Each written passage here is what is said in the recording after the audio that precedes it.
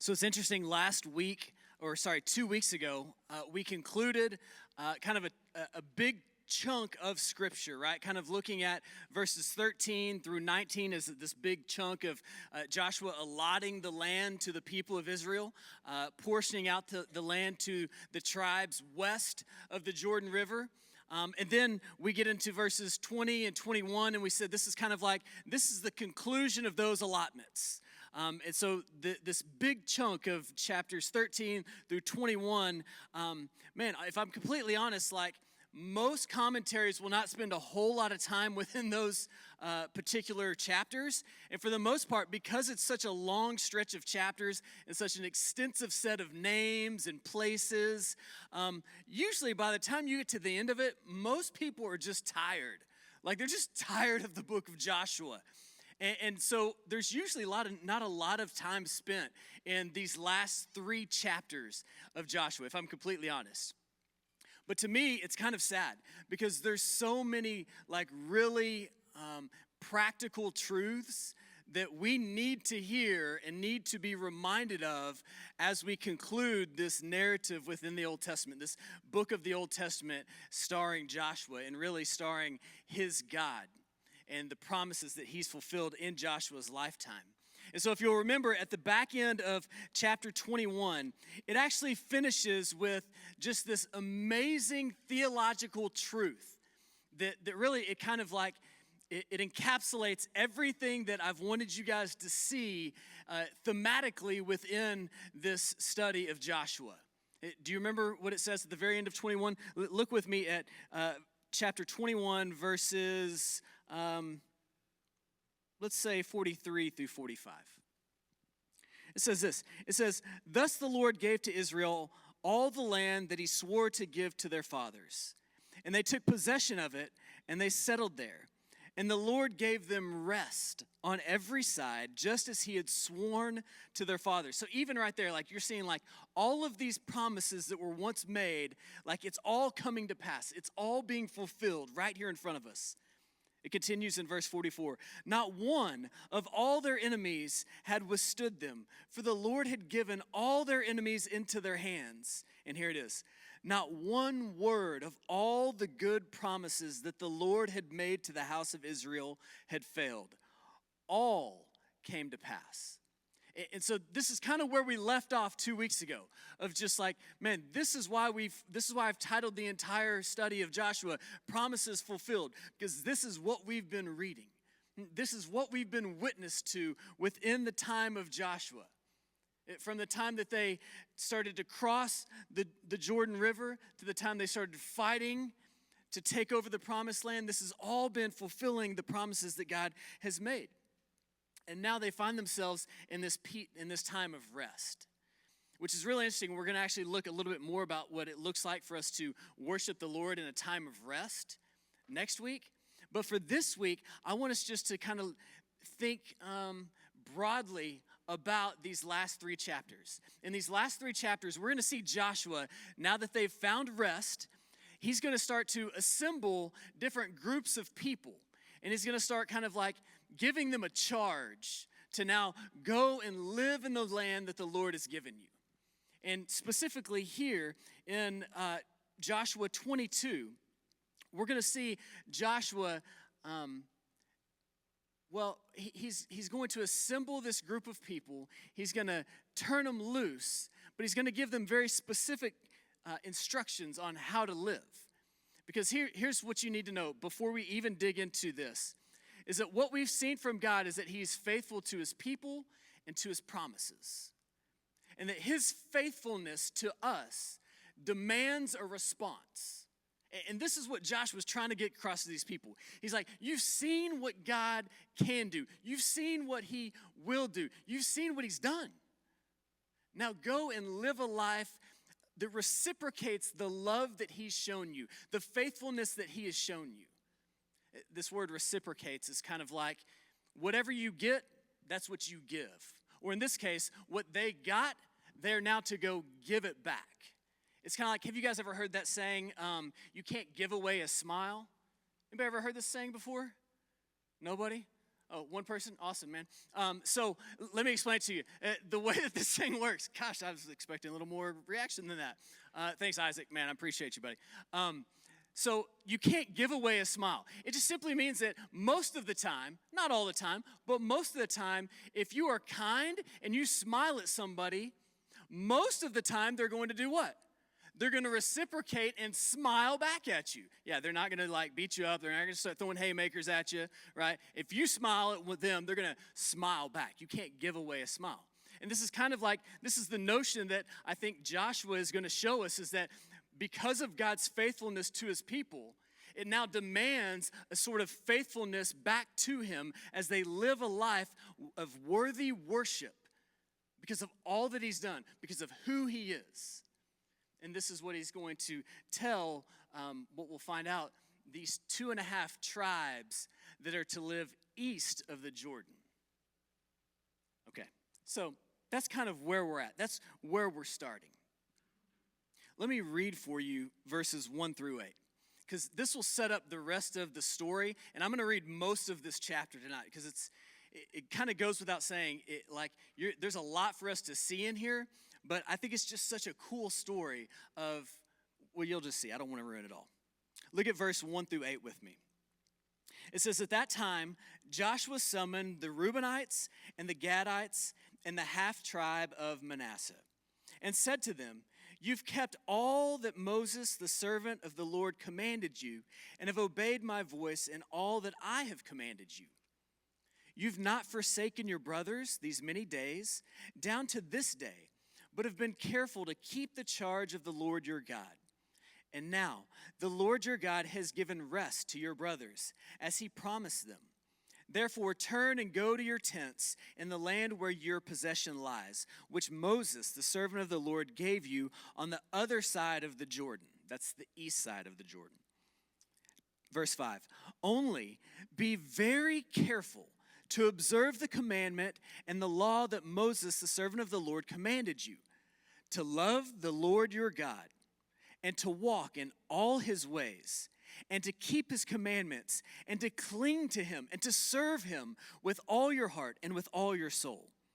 And so Joshua blessed them and sent them away, and they went to their tents. Now, to the 1/2 of the tribe of Manasseh, Moses had given a possession in Bashan. But to the other half, Joshua had given a possession besides their brothers in the land west of the Jordan. And when Joshua sent them away to their homes and blessed them, he said, go back to your tents with much wealth and with very much livestock, with silver, gold, bronze, and iron, and with much clothing, and divide the spoil of your enemies with your brothers. Okay, so here's what we've got. Joshua has summons the people, right? And the people that he has called are this 2.5 tribes that had already been given land east of the Jordan, okay? So what had happened was that back in chapter 1, Joshua, before the whole nation of Israel crossed over the Jordan to conquer the land of Canaan, they were all on the east side of the Jordan. And so when they crossed over, even the people who had been given the land east of the Jordan crossed over with their brothers to conquer the land in Canaan. So you've got these people who are fighting for literally their brothers, the rest of their nation, to help them secure the place that God had promised them to live. So they had already been given land east of the Jordan, these 2.5 tribes, but they're going to cross the Jordan west side so that they can conquer that land so the other 9.5 tribes can reside there. You with me? So up to this point, Joshua has called these 2.5 tribes to come over west of the Jordan to help them fight. And as they fight, they are going to secure the land. Now that the fighting's over, he says, listen, guys, we appreciate what you've done. You've literally done everything that I've asked you to do. You can go back to chapter 1, verse 12 through 18, and you can see that, like, he said, hey, Moses gave you this land, but now I'm going to ask you to come fight for us, and you've done it. Like, you've literally, for the last 7 years, we've been fighting, trying to secure our homes in this land, and you've been side by side with us. So I just want to try to, like, paint I want to paint the emotions of what we're reading here, because sometimes we can just read these words and we can lose it. Like, these are actual people. And Joshua's calling these 2.5 tribes. And they've been with him for years now, literally fighting side by side. I've got your back, you've got my back. Like, they've gone through a lot of stuff together. And now he's saying, man, thanks for everything. Like, you guys have literally done everything that I've asked you to do. And I just want to tell you thanks. There's this just amazing sense of commendation, this encouragement that he's given to them. And this is where he starts, because in these 8 verses, we're going to see commendation, this encouragement, but we're also going to see Joshua give them some commandments, some ways to live, some things to obey. But before he gets into any of that, he wants to encourage them and just tell them thanks. That before he sends them back to their homes east of the Jordan, he just wants to say, guys, like, I can't thank you enough for all that you've done. Like, you've literally helped us make the promises that God made to us real. You've been instruments of God to help his promises be fulfilled in our lifetime. And I just want to say thanks. You've done everything that's been asked of you.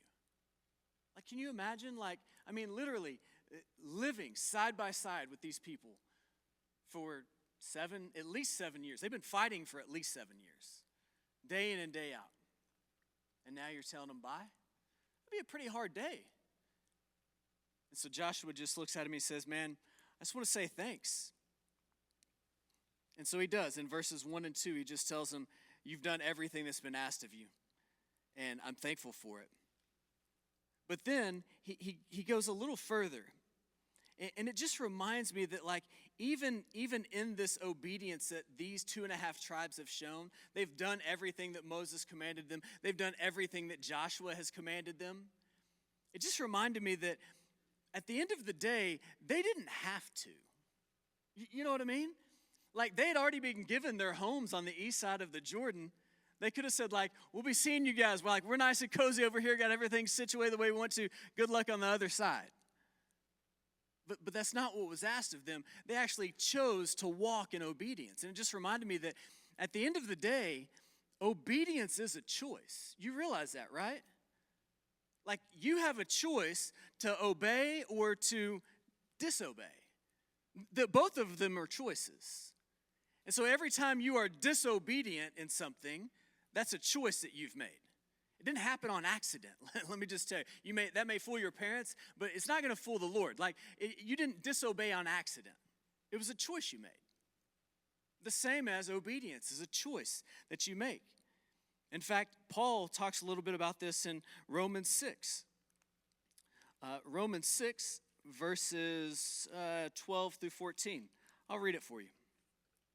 He says this, let not sin therefore reign in your mortal body, to make you obey its passions. Do not present your members to sin as instruments for unrighteousness, but present yourselves to God as those who have been brought from death to life, and your members to God as instruments for righteousness. For sin will have no dominion over you, since you are not under the law, but under grace. If you are in Christ, you have a choice.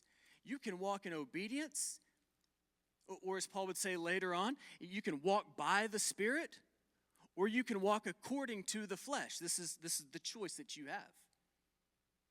And what Joshua is trying to convey to these tribes east of the Jordan is that when faced with the choice, I hope that you will choose to walk in a continued obedience, just as you've done all these years leading up to this day. Continue to choose to walk in obedience. I think the other neat thing just within these first few verses is I haven't really dove in a lot to the leadership example of Joshua. I mean, I've touched on it a little bit, but I think this particular exchange is extraordinarily powerful in showcasing what kind of leader Joshua was. that notice that what he does first is he encourages these people for the things they've done really well before he ever asks them to do anything else. Now, Joshua, as the leader of the nation of Israel, he could have made these commandments and forced them to do these things. But he didn't. He was going to encourage first and then urge them to live a certain way, to just continue to do what they've been doing. And it just made me think, man, encouragement is it's an incredibly powerful tool, isn't it? Like, think about the last time you were encouraged by someone. I mean, chances are the last time you were encouraged by someone, it made you want to continue to do that thing, didn't it? Like, everybody loves to be praised for doing something well or doing a good job or making a right choice. And chances are that the more you're encouraged in that right choice or doing that thing really well, you want to continue to do those things. And this is all that Joshua's doing. He's just trying to affirm what they're doing really well. And the same thing is true for us. But it made me think, I wonder how good you are at encouraging other people. We all love encouragement. I think all of us would agree to that. The question is, why aren't we the source of encouragement to others? I mean, Joshua, he steps out in leadership, right, doesn't he? That encouragement is a useful and a powerful tool for people in leadership positions. And so he takes this position that he has and he uses it to its full effect to affirm, to encourage, to commend these people for the obedience that he's seen in their life. And I just thought, man, I want to be more like Joshua in this way. I want to be someone who is looking for opportunities to affirm, commend, and encourage people around me. To help push them to continue to do the things that they're doing well. And I think Joshua does a great job of showing us what this looks like.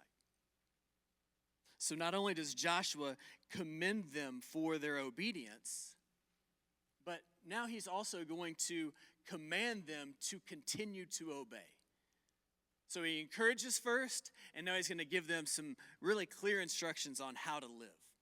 So look with me at verse 5. He's going to show them exactly what it means to respond to God's faithfulness with a life of faithful worship to him.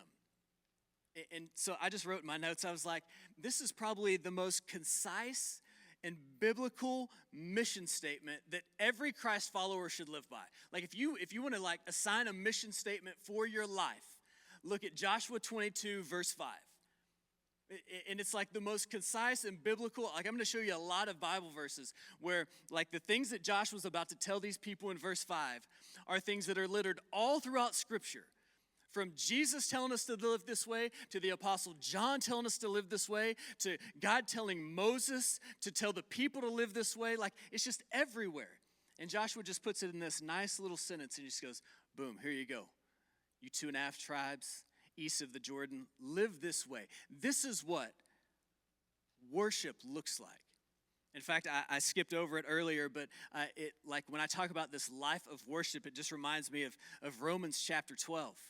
You know, in Romans chapter 12, Paul is starting a new section within the book of Romans. For the first 11 chapters, he's highlighted, showcased in very detailed manner the breadth and the majesty of the gospel, of who Jesus Christ is. And in chapter 12, verse 1, this is what he says. He says, I appeal to you, therefore.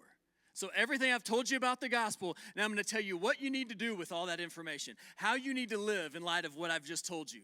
Brothers, by the mercies of God, to present your bodies as living sacrifice, holy and acceptable to God, which is your spiritual worship. Do not be conformed to this world. Don't live like the rest of them.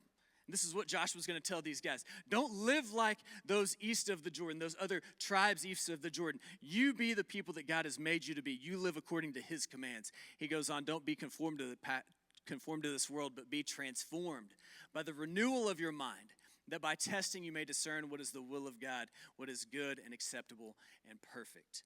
I just want to highlight really quick that word spiritual worship. That word spiritual can also be translated logical or reasonable. And so if you read it with that translation in your mind, you say, okay, the gospel that he's outlined for 11 chapters, then the reasonable or the logical, the way that makes the most sense for you to live is by living a life by presenting your body as a living sacrifice, holy and acceptable to God. This is how you logically respond to the good news of the gospel, is by worshiping with everything you have. That's the only reasonable response to what Christ has done for you, is to live a life of total surrender and worship. That's what Paul's saying in Romans 12. And this is exactly what Joshua is telling these people that he's sending back to their homes to the east side of the Jordan. In fact, just look at the verbs within Joshua 22, verse 5. Just the verbs. If you don't know what verbs are, then I don't know. Ask your neighbor. Or just listen to me. The first verb that we see, in fact, let me just read it to you. He says, only be very careful to observe the commandment and the law that Moses, the servant of the Lord, commanded you. Here it is. This is where I want you to pick up the verbs. To love the Lord your God, and to walk in all his ways, and to keep his commandments, and to cling to him, and to serve him with all your heart and with all your soul. So these 5 verbs: to love, to walk, to keep, to cling, to serve.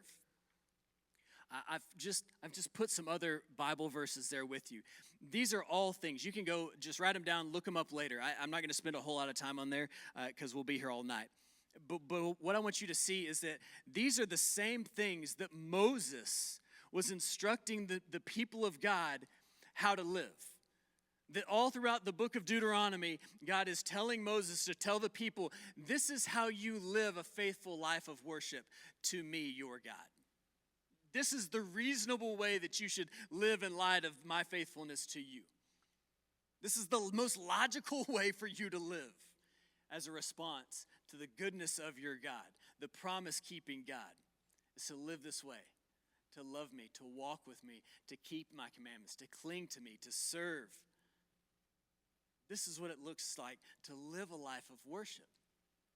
But it wasn't just for the Old Testament people, y'all. It was for us. It's for the New Testament people. These are the same things that Jesus says in Matthew. This is the same thing that the Apostle John writes of in his gospel, as well as in 1 John. It's the same thing that Paul talks about in Colossians. You're going to see all of these same themes all throughout Scripture. If you want a mission statement for life, for what it looks like to respond rightly, reasonably, logically to the good news of the gospel, this is how you live. Love for God. Walking with him, keeping his commandments, clinging or being dependent, abiding in him, serving him and his people. It's reasonable, it's logical. It's the way he's commanded us to live. Okay, we got to keep going though. The story continues. As Joshua instructs these people how to live, he sends them out to go across the Jordan, to go back to their tents on the east side. Let's pick up the action. I don't know, where are we going to pick up the action? Verse 10 maybe? Let's go verse 11. Right? It says, and the people of Israel heard it said, behold, the people of Reuben and the people of Gad and the half-tribe of Manasseh have built the altar at the frontier of the land of Canaan, in the region about the Jordan, on the side that belongs to the people of Israel. And when the people of Israel heard of it, the whole assembly of the people of Israel gathered at Shiloh to make war against them. Then the people of Israel sent to the people of Reuben and the people of Gad and the half-tribe of Manasseh in the land of Gilead, Phinehas, the son of Eleazar, the priest, and with him 10 chiefs, one from each of the tribal families of Israel, every one of them the head of a family among the clans of Israel. And they came to the people of Reuben. the people of Gad and the half-tribe of Manasseh in the land of Gilead, and they said to them, "Thus says the whole congregation of the Lord, what is this breach of faith that you have committed against the God of Israel in turning away this day from following the Lord by building yourselves an altar this day in rebellion against the Lord? Have we not had enough of the sin that Peor, from which even yet we have not cleansed ourselves, and for which there came a plague upon the congregation of the Lord, that you must too turn away this day from following the Lord? And if you too rebel against the Lord today, then tomorrow he'll be angry with the whole congregation of Israel. But now, if the land of your possession is unclean, pass over into the Lord's land, where the Lord's tabernacle stands, and take for yourself a possession among us. Only do not rebel against the Lord or make us as rebels by building yourselves an altar other than the altar of the Lord our God. Did not Achan the son of Zerah break faith in the matter of the devoted things? And wrath fell upon all the congregation of Israel, and he did not perish alone for his iniquity." So I know that's a large chunk right there, but here's what let me summarize really quickly. What we see happen is that on their way to their tents on the east side of the Jordan, these 2.5 tribes decide they're going to build a giant altar. They're just going to build this huge altar, and the 9.5 tribes on the east side, on the west side of the Jordan, see it, and they're like, we literally told them this is how you live and worship to God, and they just left. And before they could even get across the river, they've already started to turn their back on our God, and they've started to worship false gods. They've built an altar of worship and sacrifice to false gods, just like those that are on the east side, that are worshiped on the east side of the Jordan. It's almost like this unbelievable, it's like this disgust that they have for what's happened literally right in front of them. It's as though they think like they've so quickly forgotten everything that they've seen, everything the Lord has done, everything that we told them about how to live. They've forgotten it all, and they've built an altar. What are we going to do? And so they rally the troops, and they're like, man, I guess we're going to have to go take them down.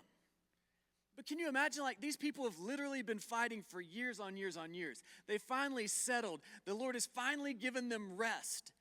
And now in their own backyard, their own people have decided to turn their backs on God. And so now they've got to armor up and go get back into another fight.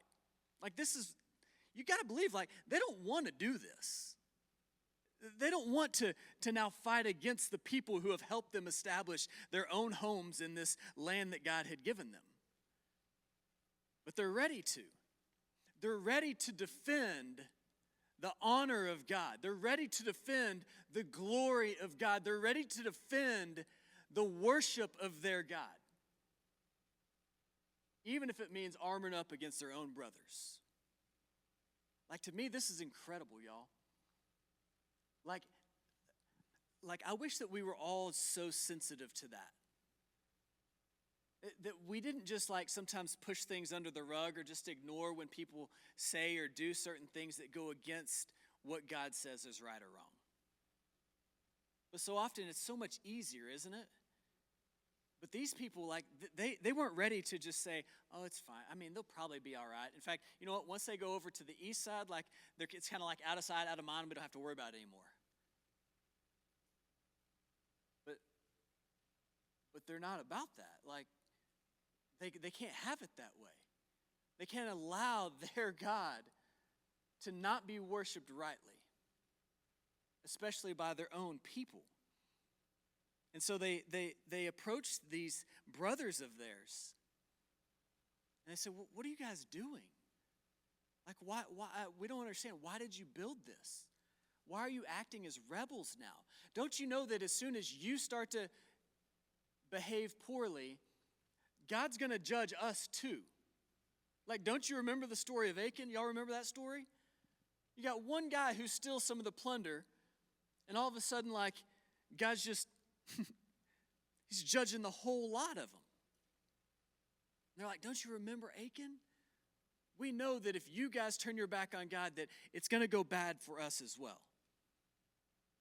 And man, as I was reading this, some of you guys will remember this, but you remember last year when we looked at our study of little sins, these respectable sins that like we just try to sweep under the rug or like act like they're no big deal.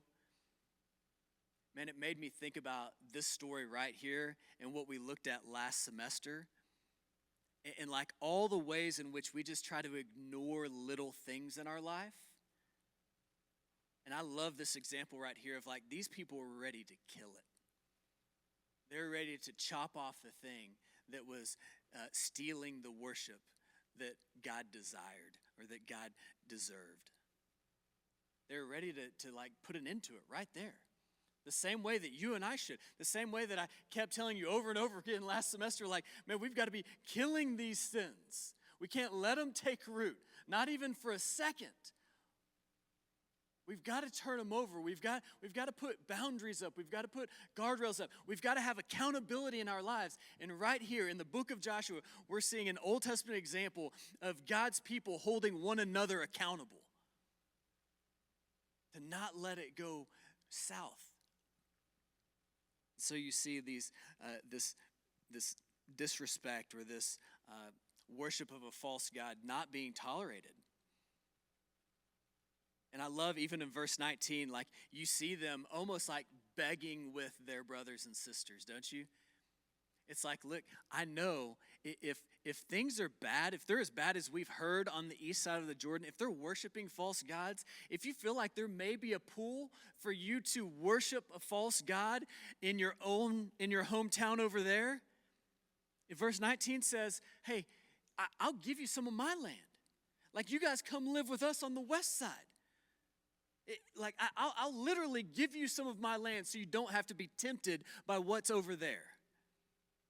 Like the only people that make that kind of offer are people who are holding one another accountable out of love for that person. You see that? Like I think so many times like we think holding people accountable, like we don't want to do it because we're afraid they're going to get mad at us. Or they're going to turn it around and say, but you don't do this, or you don't do it that way. And I just want to tell you, like, accountability is not about telling people that they're wrong. I mean, that's part of it. But part of accountability is like expressing love for that person, for holding them to a higher standard. Not so that you might get glory, not so that they may be glorified, but so that the Lord may be glorified. That's the whole scope of this scene right here. Is it's not about the west side Israelites. It's not about the east side Israelites. It's not about the 9.5 or the 2.5. It's about the Lord getting the worship that he deserves. And if there's for 1 second the thought that this altar might be for the worship of anything other than God Almighty, than Yahweh, then they're gonna put it to death. It's the same thing for us. If there's any altar in our life that detracts from living a life of worship to Jesus, then we've got to be ready to kill it. We've got to invite people in to hold us accountable, to not let these altars get big. So that all of our worship, all of our life is logical and reasonable as a response to the good news of the gospel.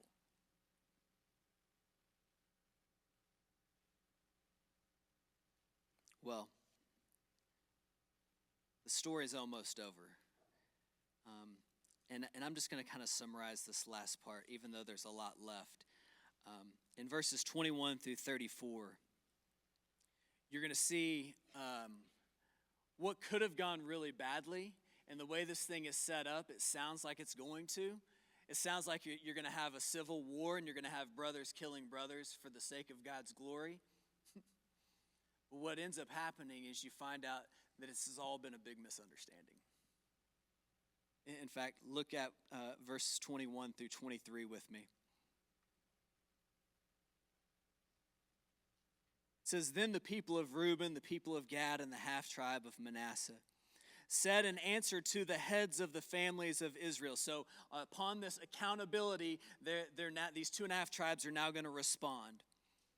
It says, "The mighty one, God the Lord, the mighty one, God the Lord, he knows And let Israel itself know, if it was in rebellion or in breach of faith against the Lord, then do not spare us today for building an altar to turn away from following the Lord, or if we did so to offer burnt offerings or grain offerings or peace offerings on it, may the Lord himself take vengeance. It's like these people say, I hear what you're saying, I know what it looks like, and you're right. You're right. If this altar is for everything that you think it's for the worship of a false god, then you're right. You should kill us. In fact, if you don't, I hope that the Lord does. That's what they say. That's incredible. Like it shows that literally their allegiance to the Lord, doesn't it? He's like, you're right. If for a second our foot has slipped, then you should do exactly what you came to do. I mean, don't you know that those 9.5 tribes, like Phineas and his boys, like when they heard this, they were just like, oh, man, I'm so happy. I'm so happy to hear you say that. Let's listen. What else? Why would you do this? Like, why would you build this altar if it's not for worship of a false god? Why would you do that? Why do we have to come out here? Well, in verse 24 and 25, they give us a little more info. It says, no, but we did it from fear that in the time to come, your children might say to our children, what have you to do with the Lord, the God of Israel? For the Lord has made the Jordan a boundary between us and you people of Reuben and people of Gad. You have no portion in the Lord, so your children might make our children cease to worship the Lord. You see, what happened was that what they saw was this Jordan River that they were about to cross stood to be a hindrance to the coming generations finding unity within the people of God. And so they say, here's the deal, is that we see this giant river that separates our tribes from your tribes. And the generations to come, they're not going to know that we fought side by side to take the land that God had promised us. They're not going to know. They're not going to have the firsthand experience that you and I have. And so how do we help them remember? How do we help them remain unified even when we're all gone? They're not going to know the unity that we've experienced on the battlefield. All they're going to know is the division that the Jordan River has created amongst the 2.5 tribes and the 9.5 tribes. So how do we help them remember? Well, we thought, what better way than to build an altar of remembrance? Not an altar of worship, not an altar of sacrifice, but an altar of remembrance. Something that your kids and my kids can look at and say, remember when the 12 tribes worked together to establish this land that God had given us. Do you remember? That's why we built this place. We don't want them to forget.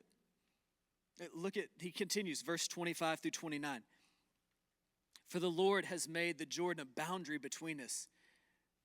Sorry, let me just jump down to 26. Therefore we said, let us now build an altar, not for burnt offering, not for sacrifice, but to be a witness between us and you, and between our generations after us, that we do perform the service of the Lord in his presence with our burnt offerings and sacrifices and peace offerings, so your children will not say to our children in the time to come, you have no portion in the Lord.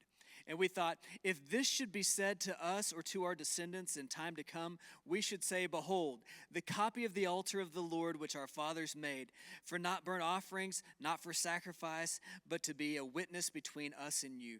Far be it from us that we should rebel against the Lord and turn away this day from following the Lord by building an altar for burnt offering, grain offering, or sacrifice, other than the altar of the Lord our God that stands before this tabernacle. You know, one time, I don't remember if it was, I feel like it was earlier in Joshua, I made a statement that one of the greatest hindrances to us growing in our faith is forgetfulness. And I think even these Israelites understood that. That in order for the coming generations to grow in their faith, to grow in their unity, was going to be if they all forgot. If they forgot what God had done. If they forgot who their God was. If they forgot what they had done together. Man, it's just so interesting. Like, I just started thinking about us, and man, there's boundary lines and hindrances all throughout our culture, even throughout Christian culture, y'all. That there are other people who love Jesus who are going to sing different songs than we do. They're going to worship differently than we do. They're going to worship in a different language than you do. Their skin color is going to look different than yours. Their culture and ethnicity is going to be different than yours. But the beauty of the gospel is that, man, it just covers all of that. That there is this altar of remembrance. There's this event that happened in the life, death, and resurrection of Jesus that just hymns everyone together. That it unifies everything. It goes far above and beyond all of those things that stand as hindrances or things that would separate us. It unifies us. This is what the gospel does. This is the power of the gospel for you and I. That we don't have to look the same. We don't have to sing the same songs. But we do have to agree on one thing, and his name is Jesus. And what he came and what he did. And what was accomplished through his death and resurrection. And that when we do, man, this is the thing that we remember. This is the thing that we celebrate. This is the thing we can't forget. The thing this is why I tell you guys all the time, like, man, we should be preaching the gospel to ourselves every single day. Every day. Why? Not just for practice. So that you never grow tired of it. So that you never forget it. Never forget what your salvation cost. So here's the deal, guys, is that if we start to forget what Jesus has done for us, then I can promise you living a life of reasonable, logical, spiritual worship by loving, serving, obeying, clinging, like it's going to be very difficult for you. You're going to want to be selfish, and nothing about anything within those that mission statement that Joshua gave these people, nothing within that is selfish. It's all selfless. That your life is now an act of worship to him for who he is and for what he's done. This is the call of the gospel to you and to me. So it just made me think about this time of year. You know what I mean?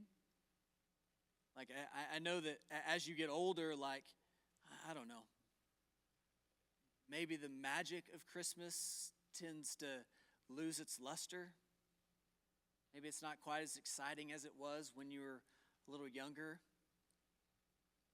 I mean, can I just tell you, this is the perfect time of year to, like, remember, to not be excited for the magic of Christmas, but to be excited about the Messiah that Christmas points us to the King that it points us to the Savior that was born for us, who would die for us, who was raised so that we may spend forever with him. This is what Christmas is. So if you're having a hard time, like, of like even the things that I've said of, man, what does it look like to live a life of worship? Man, let's use this time of year to be reminded, to be spurred on, to hold one another accountable, to live lives of worship to him. If you need a reminder of what that looks like, just go back to Joshua 22, verse 5. Joshua will remind you real quick what it should look like, what your life should be marked by.